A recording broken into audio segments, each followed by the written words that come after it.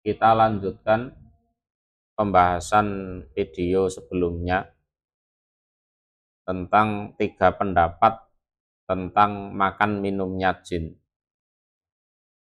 Pendapat yang pertama, mereka mengatakan jin tidak butuh makan, tidak butuh minum.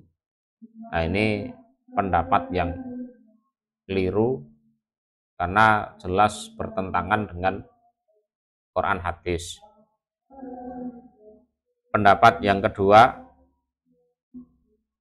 adalah pendapat yang mengatakan ada jin yang jenisnya makan minum, ada jin yang jenisnya tidak makan tidak minum. Ya.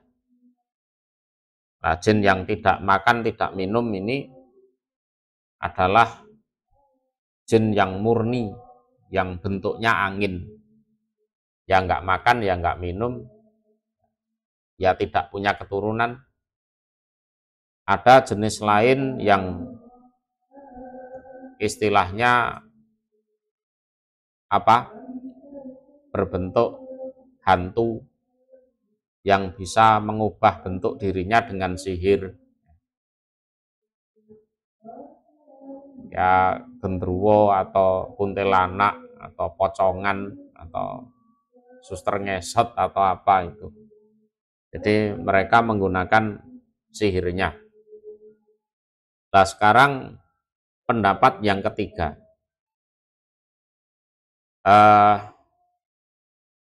Anna jami'ahum ya'kuluna wa yasrobun. Ya seluruh jin apapun jenisnya, mereka itu butuh makan, ya butuh minum. Ini pendapat yang ketiga. Qultu hadza aktsaru ihtimalan minal ladzi qablah. Si penulis kitab mengatakan kalau pendapat yang ketiga bahwa seluruh jin itu makan minum ini paling mungkin daripada pendapat sebelumnya, yaitu pendapat yang kedua. Bal hadzal ladzi tadullu alaih wa tu'ayyiduhu al ahadisu allati marrat ma'ana fallahu a'lam. Karena pendapat yang ketiga ini adalah pendapat yang berdasarkan dalil dan dikuatkan oleh hadis-hadis yang sudah kita bahas sebelumnya. Wallahu a'lam, tapi bagaimanapun Allah yang lebih tahu lah. Allah yang lebih tahu. Ya. Amma hadis Bani Mas'ud faqat rawahu Muslimun bilafdi lakum kullu atmin dzukiras mullahi alaih yaqau fi aidikum au faroma yakunu lahman. Nah, adapun ada sebuah hadis dari Abdullah bin Mas'ud yang diriwayatkan oleh Muslim, lafadznya adalah bagi kalian bangsa jin setiap tulang yang disebut nama Allah, yang disebut nama Allah, yang mana itu kalau sudah berada di tangan kalian itu aufaro mayakunu lahman. Jadi itu sama saja dengan daging kalau di alamnya manusia. Di alamnya manusia. Walaupun di alamnya manusia itu terlihat tulang, tapi bagi kalian itu daging yang lezat, yang nikmat, yang super, yang premium. Ini setiap tulang yang disebut nama Allah. Nah, ada juga di riwayat Abu Dawud, warawahu Abu Dawud wa ghairuhu bilafzi kullu atmin lam yut karismullahi alaih. Setiap tulang yang tidak disebut nama Allah atas tulang tersebut.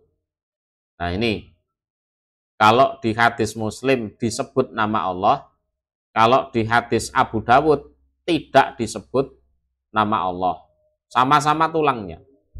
Terus gimana kalau begini? Ya, gimana kalau gini? Di hadis Muslim tulang yang disebut nama Allah, tapi kalau di hadis Abu Dawud tulang yang tidak disebut nama Allah. Fa'ilam yakun al hadisu ingkolaba ala rawi. Kalau seandainya dicek-cek dari dua riwayat ini kok ternyata tidak ada kesalahan dari sisi perawinya, ya. Fayum kinu al jam'u, maka dua hadis ini bisa digabungkan, ya. Dua hadis yang Muslim dan Abu Dawud ini bisa digabungkan pengertiannya. Bi anna riwayata muslimin khosatan bil jin al muslimin wa riwayata Abi Dawud khosatan fi haqqi sayatin wallahu ta'ala a'lam bishawab. Nah, kalau hadisnya Muslim yang tulang disebut nama Allah itu untuk jin Islam.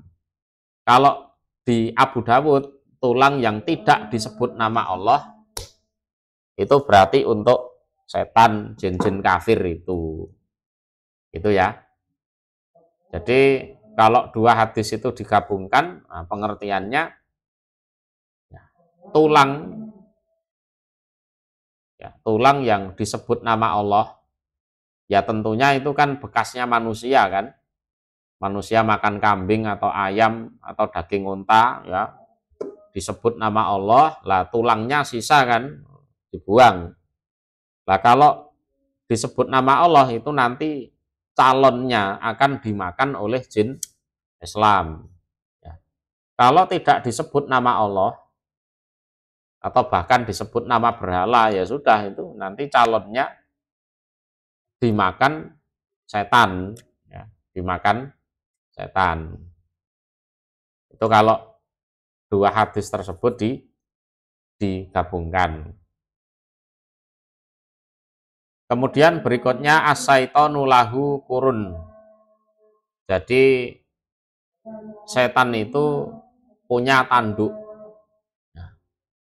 Bentuk aslinya loh ya, setan itu punya tanduk.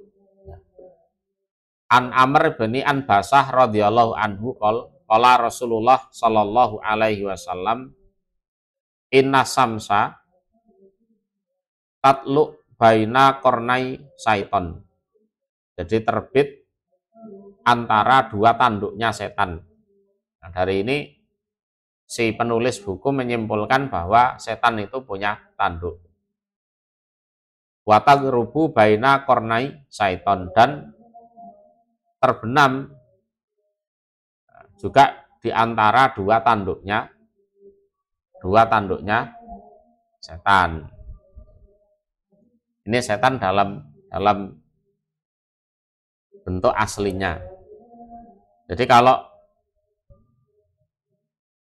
hadis ini digabungkan dengan hadis-hadis sebelumnya, berarti ya punya tanduk, ya punya lidah, nah, ya kan?